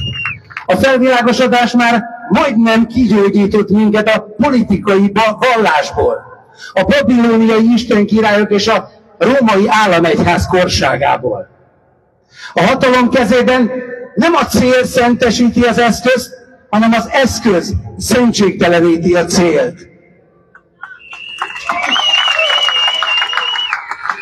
A Ferrari, Armani, Louis Vuitton birodalom nyikhaj, sehonnai aranyifjai nem Assisi Szent Ferenc erényeiére pályáznak, hanem dubai luxus ingatlanokra.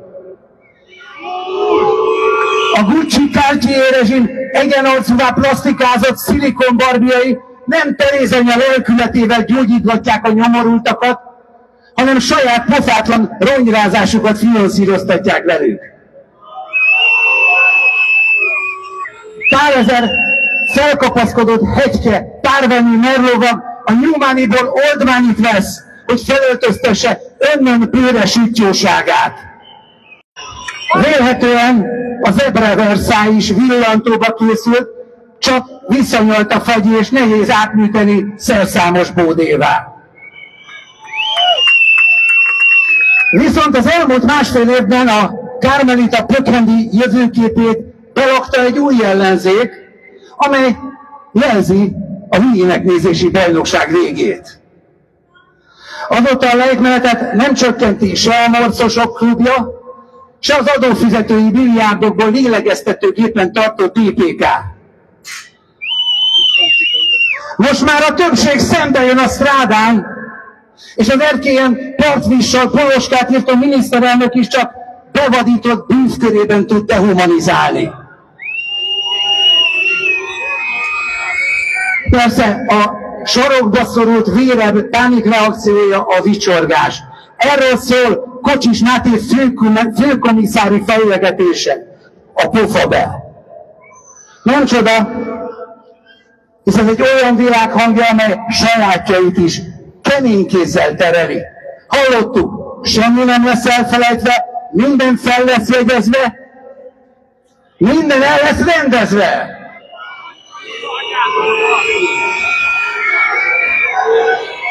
Itt olyan szinten nincs kibeszélés a homogéniából, hogy azon Orwell is hüledezne. A pártfegyelem elővonalai egyetlen vasmarokba futnak. Nem véletlen a vezér iránti lojalitásukat gyűlöletlicittel bizonyító verbális végrehajtók túlbuzgósága. De hiába. Egy könyörtelen és hivatlan vendég kopogtat az ajtón. A valóság.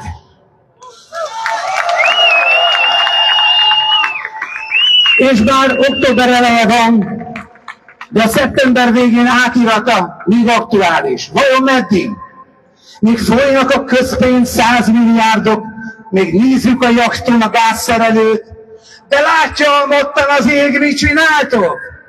Petőfi a filmből csak jönne elő, még leláton dől el a bánya meg a gyár, s a kínai rendőr nyomomba ered, de Szotyival nem csúszik a kaviár, s ha vékony a jég, de hamar bereped.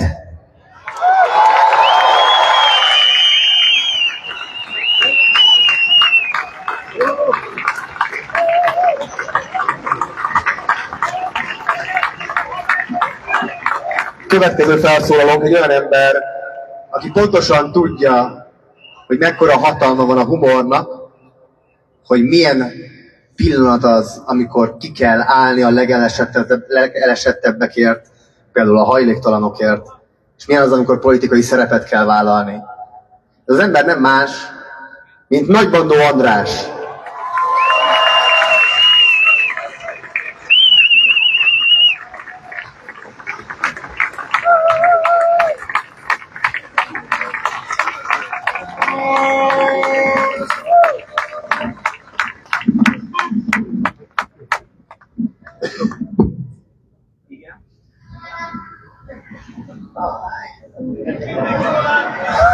Kösz. Azért kértem a széket, mert 2 csigolyámmal gondom van, de a gerincem rendben van.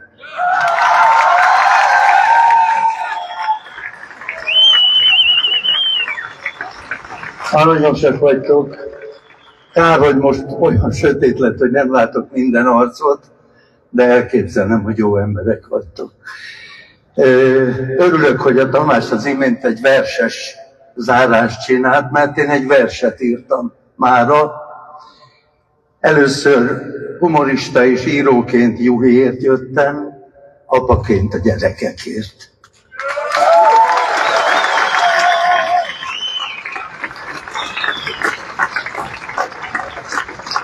A többiek mindazt elmondták, amit én is elmondanék, de amit írtam, ez arról szól, hogy a 15 év alatt mit történt, és azokról szól, akik mernek minket vegzálni és egzecíroztatni. Ezek után.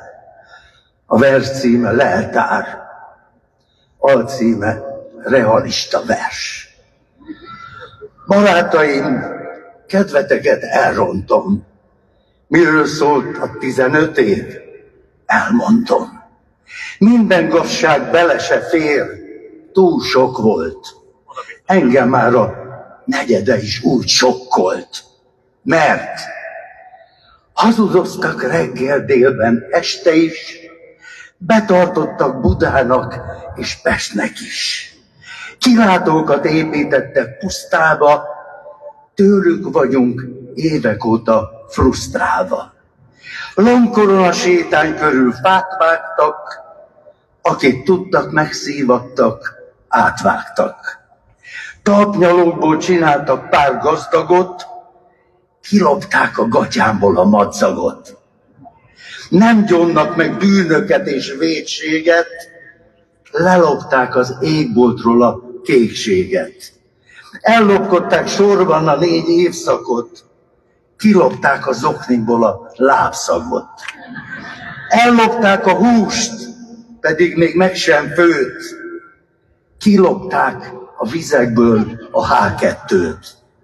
Letiportak reményeket, vágyakat. Lelopták a turulról a szárnyakat. Segnyalás nőtt számukra egy eszmévé, propagandagyártó lett a köztévé. Jött a Covid, szétrögtük nyúnyókát, összegezni elénk tolták a kósát. Azt vártuk, hogy a mennyezet rászakad, lélegzetet nem vettek, csak ágyakat. Jó üzlet volt, darálták a doksikat, spájzainkba tolnák már a ruszkikat. Lavrov bácsi kitüntette Petikét, megkapta a csókos orosz pedigrét. Üzleteltek Xi Jinpinggel, Putyinnal, milliókat kerestek a mutyikkal. Titkok titka, bizniszelés rút alja, hogy lett Lőrinc Orbán Viktor strómanja. Agyazokni, árnyéktalan tákolmány, hogyan lehet pénzcsináló észkombány. Tudjuk, Viktor nem bajlódik üzlettel, telhetetlen gömböc, neki minden kell. Máma mást mond, mint amit szólt 2 napja, köpönyegét ventilátor forgatja. Más nem lehet, csak amit ő eldöntött, műanyagból oligarchát fröccsöntött. Uram, bátyám, új rokonok smokingban rákot esznek, s lebarnulnak szolikban. Drága ruhák, órák, gyöngyök luxiznak, közpénzekből repülőznek, jachtoznak.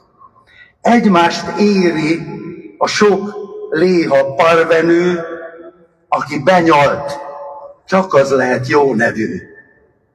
Túláraszták azt is, ami ingyen volt. Mi maradt a jegyük bankunkból? Egy szégyen volt. Matolcsi az MNB-ből félrelép, közpénzünk is elvesztette jellegét. Rogán művek, gyűlöletgyár Tónival, milliárdokat herdál el Bovlival. Lábbal tipor, dögöljön a karakter, uszít biztat, csak a torkát haragd el. Védik már a gyerekeket 2 kézzel, miket tesznek, nem fogom föl épésszel. Gázos trió, Orbán, Rogán, Semjénnel élvezik, a Zsolti föláll, s nem térdel.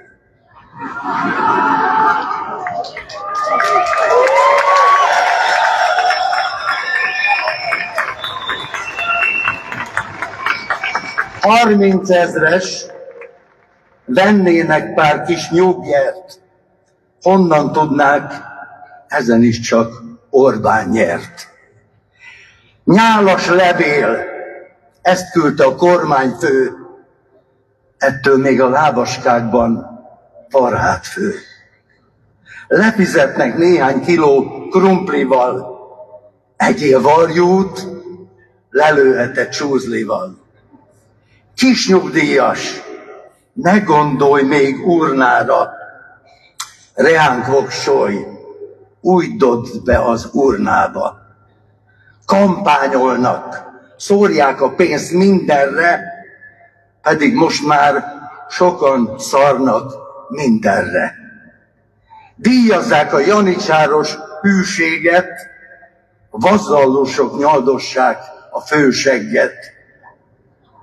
Aki velük dúskálhat a jólétben, mindenki mást otthagynak az útszélen. Gazdagodhat leány, vej és 100 rokon, Viktor lábán állnak saját lábukon. Tiborc, a vej panaszmentes, királyos, elsötétít,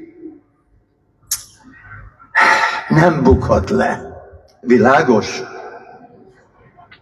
60 puszta, birkaszaros majorság, asszony, apa néha együtt ganézzák.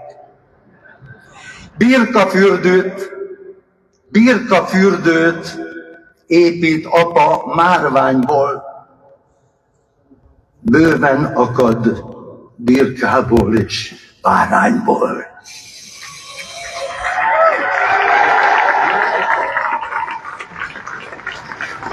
Itt egy zebra, amott meg egy antilop. Sosem tudjuk, melyik percben épp kilop. Mára már a Balatont is széthordták, az csoda, hogy megvan még a fél ország. Kiszáradt a szájpadlásom, elapadt, kilopták a szájamból a nyálamat. Elmegyek, mert elvitett a főispán, végét járom, végét járják ők is tán.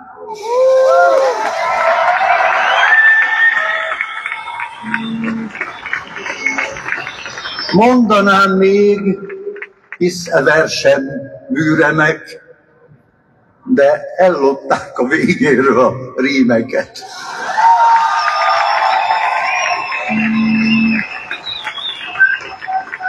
Zárásul még ennyit. Szavaimért nem érzek lelkifurdalást, megvetettem mindig az érdeksegnalást. Vétkesek közt néma cinkos, hogy lehetnék nem gazdagodni, embernek maradni szeretnék.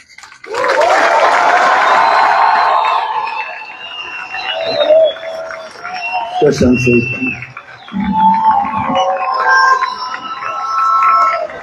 Köszönöm szépen.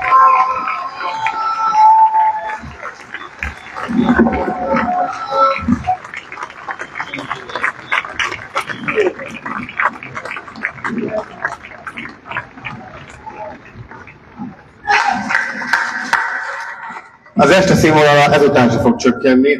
Számomra az egyik legkedvesebb meglepetés fog most megtörténni. Egy olyan ember fog felszólalni, akinek a kulturális nyoma, amit hagyott ebben az országban, nekem legalábbis meghatározó, de szerintem nektek se kell bemutatni. Secretment.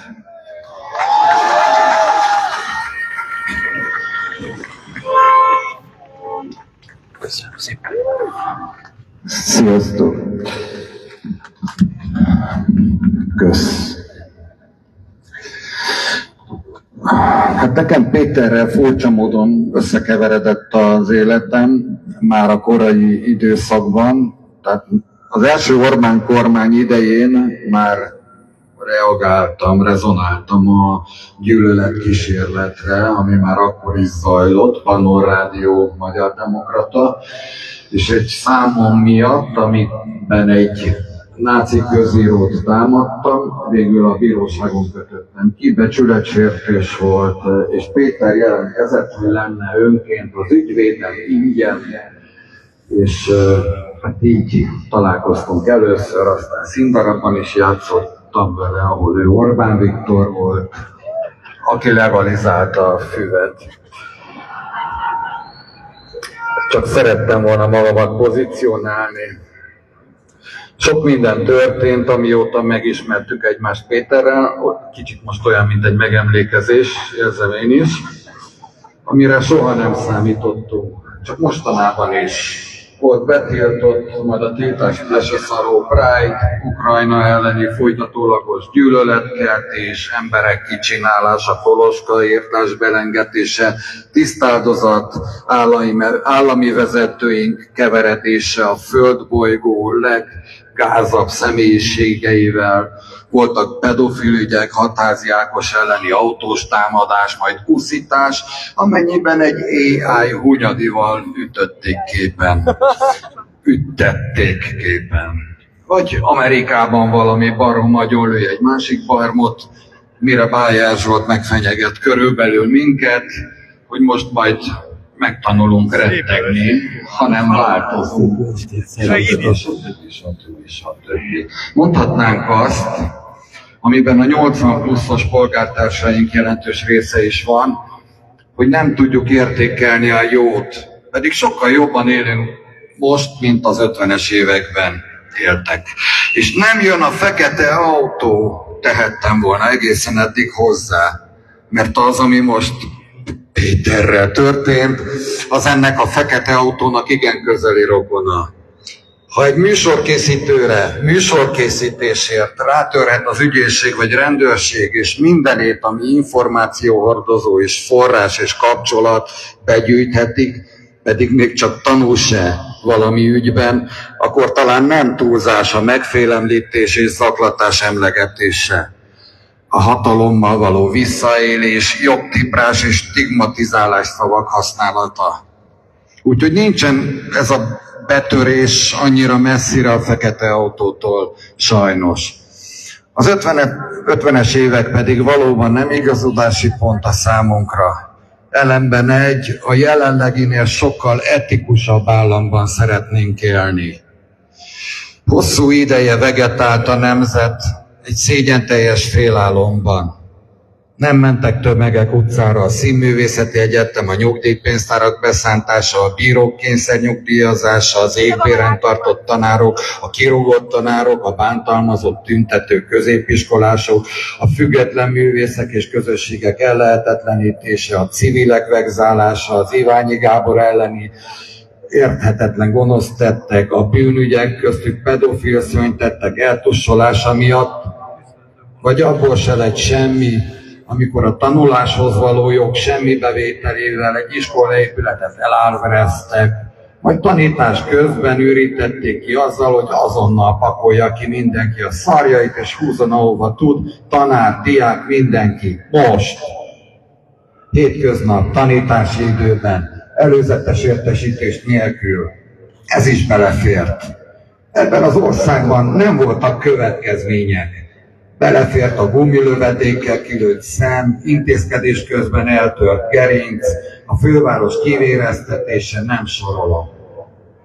De a türelem mostanra elfogyott. És végre tüntetünk egyetlen meghatározható eset miatt is. A pohár betelt, és semmi nem fér már bele. Elég volt. Most már minden csepp az utolsó csepp. És nem egyszerűen tüntetni, hanem eltüntetni jöttünk. Agresszió nélkül, szívünkben megbékéléssel. Köszönöm.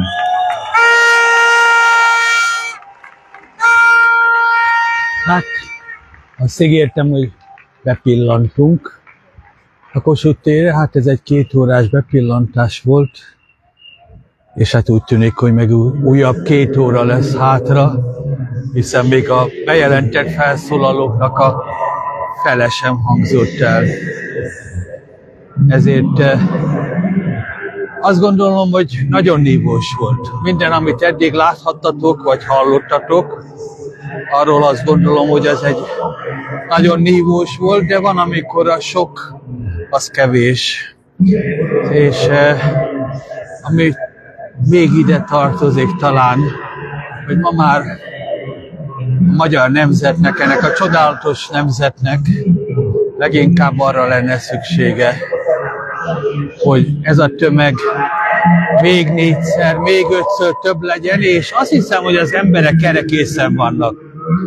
A magyar társadalomban kialakult az a háttér, amely azt mondta, hogy ha a rendszer leváltására hívnák össze, és közösen hívnák össze a különböző tiltakozó, demonstrációs, politikait vagy civil szervezetek együttesen a társadalmat, akkor Orbán Viktor napjai lennének megszámlálhatók. Biztos be fog következni. Előbb-utóbb vagy tudatosan, tehát fölismerik az egyes szerveződések vezetői, akik bizalmat kértek különböző társadalmi csoportoktól, fölismerik, hogy a társadalmi elvárás a rendszerváltás, és nem egy kormányváltás, és nem egy-egy kérdés miatti tüntetés. Gondolkodtam rajta, hogy ma eljöjjek ide, hiszen 2 dologról volt szó a ma este kapcsán. Az egyik ami az eredeti Puzsér ellen, polgári ellenállás szervezetén megszólalása, amely arról úgy fogalmazódott meg, hogy a nemzeti megbékélés napja, vagy tüntetése, vagy demonstráció legyen, amit egy teljesen alapvetően hibás gondolatnak tartom. A célt. Nem azt a sok jó embert, azt a fantasztikus előadásokat, Nagybandó Andrást, vagy a többieket, vagy Pankotai Lilit, hanem hogy a gondolat, hogy egy bűnszervezettel, egy diktatúrával, nemzeti megbékélésről találkozni. Nem azt akarom elemezni, hogy önmagában képtelenség ott, hogy erre nem lesz lehetőség. Hiszen maga a bűnszervezet sem lesz erre nyitott. De az a gondolat, hogy bűnszervezettel kéne ma a magyar társadalomnak megbékélni, és közben pedig elhangzik a beszédekben, akár Puzséri beszédében is, és teljesen helyesen, hogy elképzelhetetlen, hogy a büntetés, a méltó büntetés, a vagyon visszavétele, nem adóval, hanem a vagyon visszavétele a társadalomban, és a nagyon súlyos büntetésnek be kell következnie. Erről nem beszélni sem lehet már, hanem ezt végre kell hajtani. Aztán átváltozott a tartalom arra, hogy Juhász Péter barátunkat, vagy barátomat, én nagyon kedvelem őt, hogy vegzálja meg ez a bűnszervezetés hatalom, és hogy ezzel szemben fel kell lépni. És ezzel szemben tiltakozni kell. Ez a második elem volt az, amire úgy gondoltam, hogy mindenképp el kell jönnöm. És hát nagyon sokan voltunk. Teljesen teli van a Kossuth tér. Ez 50 és 100 000 ember közötti jelenlétet jelent, ami mondom most már minden szempontból bizonyítja, hogy az a kritikus erő a társadalomban, az az elégedetlenség és az az akarat, az a nyilvánvaló akarat, hogy meg kell szabadulni ettől a bűnszervezettől, az megvan. A tudás hiányzik. A magyar politikai elit, és ne csak a pártvezetőket értsétek alatta, nagyon fontos, hogy ne csak a pártvezetőket értsétek alatta, hanem itt mondjuk a civil ellenállást is. Hogy mikor érti meg, hogy ezt egy kicsit, ezt másképpen kell. Más az elvárás. Bizalmat kértetek, tessék az élére állni. Annak az élére, amit a társadalom vár. Nem az, hogy a bűnözők az ellenzéki padsorokba kerüljenek. Nem ezt várja a társadalom, hanem hogy a börtönbe kerüljenek.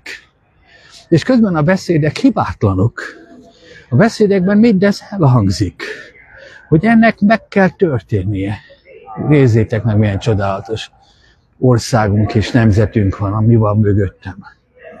Hogy ennek meg kell történnie, de valami egészen más csinálunk. De ettől függetlenül ez a 2 óra nagyon szép volt. De most már úgy kellene ilyen 2 órás beszédeket tartanunk, hogy mi vár ránk, hogy az elzavarás után a nagy takarításban megoldást keresünk ennek a nemzetnek, akkor ez másképpen hangozna. Mondom, furcsa volt. Furcsa volt, mert tökéletes beszédek sokasága hangzott el. De azért, amikor megszólal valaki, és azt mondja, hogy 1900 nem lehet még egyszer az emberek mögött rendszerváltás végrehajtani, mint a 80-as évek végén, ezt elmondja valaki, akinek a beszéd összes többi része tökéletes volt. Mert a mát megéli, és a mátnak a megélésében érzi azokat a hihetetlen bűnöket, azt a bűzt, ami minket körülvett. De valószínűleg nem élt még 89-90-ben. És ez nagy baj, mert ha élt volna, akkor tudta volna, hogy 89-90-ben a társadalom, a civil szféra és a politikai pártok vezetői megérezték, hogy egy diktatúrától hogyan kell megszabadulni. És nem bűzős szobákban. És az ellenzéki előválasztás nem 6 párt vezetői beszélték meg egy szobában, hanem hát nem olyan nehéz a mai körülmények között beütni a Google-be, hogy mi volt az ellenzéki kerekasztal, mi vezetett 1990-ben egy egyébként szabad választáshoz. Egy olyan választási törvényhez, amelyről most csak álmodunk. Az vezetett, hogy amikor leültünk az asztalhoz, az ellenzéki kerekasztalban volt 30-40 szervezet, amiből 6 volt politikai mozgalom, még nem voltak pártok. Amikor a hatásos tárgyalások történtek, akkor több mint 120-an ültünk, szemben a Németh Miklós kormány által vezetett, képviselt delegációval, amiben továbbra is csak 6-7 politikai mozgalom, illetve párt ült az asztalnál, és nem előtérben, nem úgy, hogy elsődlegesen ők szólalhattak meg. 120 civil szervezet, és a politikai párt szereplői egyek voltak benne, és civil szervezetek, mert a politikai pártok is civilek voltak. Ha ma ez lenne, Orbán nem lenne. Németh Miklósék nem voltak olyan gonoszak, mint Orbán Viktor. Meg sem közelítették. Valami mást akartak, de hát a hatalmat azt egyfajta politikai diktatúrában szerezték meg, de hajlandók voltak átadni, és a tudásuk is, a szakértelmük is sokkal magasabb volt, mint az Orbánt körülvevőket. Orbán viszont egy bűnszervezetnek a vezetője. És vele szemben békés, vagy minden nemzeti megbékélés napját tartani tényleg döbbenetes, és azt mondani, hogy az a rendszerváltás, az 1988, 89 és 90-ben, hogy az nem szabad, hogy megismételjen. Ez tényleg azt mondom, hogy egészen biztos vagyok, kétségmentesen, hogy a felszólaló beszédet mondó kétségmentesen a demokrácia elkötelezettje. De olyan demokrácia tudás történelmi deficittel rendelkezett, hogy valami rettentő. De tényleg valami egészen döbbenetes. És ez nem azért a nagy baj, mert megsérti azokat, akik végrehajtották a világ előtt az első igazán demokratikus váltást, egy példa nélkülit, hogy hogyan kell egy demokráciába, egy egypártrendszerből több pártrendszerű demokratikus állammal átállni. Az egész világon akkor, amikor sétáltam, elmentem a világ bármely országában, sportolóként, turistaként, vagy a vállalkozásomként, vagy politikai meghívottként, ha úgy tetszik, előadni, a legtávolabbi zugokban, Új-Zélandon, Ausztráliában, vidéki kis falvakban, ahol korábban azt se tudták, hogy mi az, hogy Magyarország, mikor megtudták, hogy Magyarországról jöttem, hogy magyar vagyok, elmosolyodtak, és azt mondták, hogy ez egy nagyszerű nép. Na ez volt 1988, 89 és 90, és az utána lévő még 1-2 év. És mi van ma? Lehet, hogy ma is tudják, hogy Magyarország mit jelent távoli országok falvaiban. De meg kell magyaráznunk, hogy nem vagyunk részei az itteni diktatúrának. Mert mindenhol ráncossá válik a homlok, ami 1989-90-ben kisimult. De nem az a nagyon legnagyobb baj, de baj egyébként, hogy nem tud valamit, és azt köpködi, és azt ilyen sok ember előtt hallgatni kellett, hanem az, hogy ha azt nem tudja, hogy mit kéne ma csinálni. Mert ma erre lenne szükség. Erre a társadalmi összefogásra. Amikor a civilek nem köpködnek a politikai pártokra. Amikor a politikai pártok nem tertkítnik, nyűgnek a civil szervezeteket.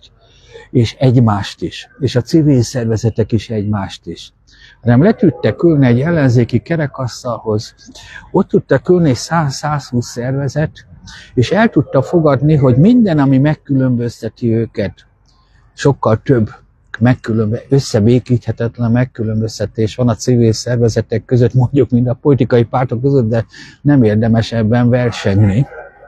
Részben ott az a 120 szervezet megértette, és ma erre lenne szükség. Ez volna a tanpélda, hogy az asztalra azt tettük le, ami az egyetlen fontos volt, és az közös volt, hogy az egypártrendszerből, a diktatúrából, egy orosz ölelésből, egy keleti ölelésből a nyugati demokráciába akarunk átmenni, és kizárólag erről tárgyaltunk.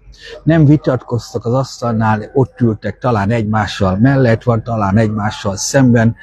Azok a civil szervezetek, akik mondjuk a halálbüntetés mellett, vagy ellene voltak, a kötelező oltások mellett, vagy ellene voltak, a autósok, vagy a gyalogosok, vagy a környezetvédők, vagy akik úgy gondolták, hogy a környezetvédelem az túlzottan nehezíti a gazdasági fejlődést. Ezeket mind nem tárgyaltuk. Mind azt mondtuk, hogy legyen egy demokratikus új rendszer, egy új kormány, és ott mindenki, mert ez a normális, lobbizzon majd egy demokratikus választás, szóval megválasztott, tehát állampolgárok akaratát arányosan leképező új politikai erőnél kezdjen el majd lobbizni, és az lesz a demokrácia. És ez hiányzik ma. Ez az, amire már csak kevesen emlékszünk. Pedig ez lenne a megoldás, és Orbán már nagyon régóta nem lenne hatalmon. Nem volna egy Kocsis Márti beszéd, amelyik fenyeget. Akkor is volt ilyen, megpróbálta Gósz Krájor, de borzasztó rövid ideig volt, mert a sajátja is félretették, mert érezték, hogy nem lesz jövője az MSZP-nek akkor, ugye már, hogy semmilyen jövője nem lesz, ha Gósz Károlyok maradnak, eltakarítják őket. Hát, a történelemből tanulni kell, és nem történelmhamisítást végrehajtani, de szép este volt, és azt gondolom, még sokáig fog tartani, de az is látszott, hogy sok-sok százan, volt, amikor közel 400-an voltatok az élőadásban, és ma már csak 101 néhány, most már csak 101 néhányan. Ez egy kis szervezési hiba. Na ez megbocsájtható. A történelmhamisítás nem, de a legnagyobb baj, még egyszer, és hadd köszönjek el ezzel tőletek, amikor a történelemnek azon pontjait, amiből a mának tanulni kellene, amely megoldást kínálna a mai problémákra. Ha azt hamisítja meg a demokratikus ellenzék, mert nem érde belőle semmit, annak van nyertese. De nem a demokrácia, hanem Orbán Viktor. Hát remélem, hogy segítetek benne, hogy a társadalom, amelyik rendszerváltást akar, és a társadalom civil szervezetei, akik tiltakozásokat akarnak, önmagukat akarják bemutatni, vagy egypártrendszerű politikai váltást akarnak, egymást gyengítik, amelynek szintén csak Orbán Viktor a nyertese, és lehet, hogy Orbán Viktor még így is megbukik, mert a társadalom elvárása már olyan magas abban, hogy ez nem maradhat meg, de micsoda ára lesz. Azt nem tudom. És egyébként tényleg elrontottuk a rendszerváltást, de nem akkor, amiről beszéltünk. Nem a 80-as évek végén és 90-ben az első szabad választáson, hanem a Magyar Demokrata Fórum is. Az annyira sztár volt, és egyébként nagyon rendes ember volt Antal József. De ők rontották el. Létrehoztak talán amit iskolában tanultak, a diktatúra, az egypártrendszer alatt még egy demokratikus centralizmus elvét, amelyben azt mondták, hogy ha minket megválasztottatok, akkor innentől aki kritizál, az vissza akarja állítani a korábbi rendszert. Megbélyegezték a kritikát, és tönkretették a rendszerváltás eredményeit, és ezért lehetünk ma itt, hogy újra rendszerváltásért kell küzdenem. Köszönöm szépen, hogy velem voltatok. Természetesen az est folyamán valami még fontos fog történni, arról lesz majd külön bejelentkezés, és erről a több órás bejelentkezésből is fogok összegzést tenni, bár azt most itt a végén megpróbáltam. Vigyázzatok magatokra, és nézzétek ezt a csodálatos, de tényleg csodálatos várost és képet. A világnak több mint 100 országával jártam. Hasonló szépeket talán láttam, de szebbet soha. Köszönöm szépen, vigyázzatok magatokra, és további szép estét mindenkinek, és hát lassan egy tartalmas vagy egy bolgos következő hét következik. Szervusztok!